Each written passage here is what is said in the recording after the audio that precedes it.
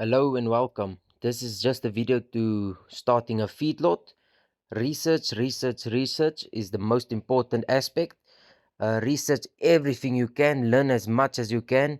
Uh, by example, the feeding trial space, how much square meters you need for every cow, kraal, your local price of cattle in your area, the price per kg, the abattoirs, research by them, how much per kg you can get, just so you can get an idea of what you need. A good feed mixture, which is balanced, as to say the price of the feed is reflected in the gain of your cows per day.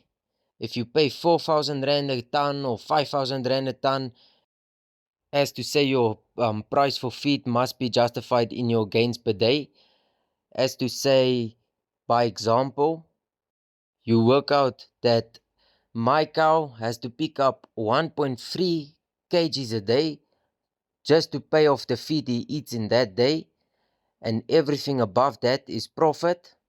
Also, try to start small so you can learn yourself, and you can't, if you make a mistake, it's not a big mistake. Try to learn when you're small so you don't make these mistakes when you're bigger.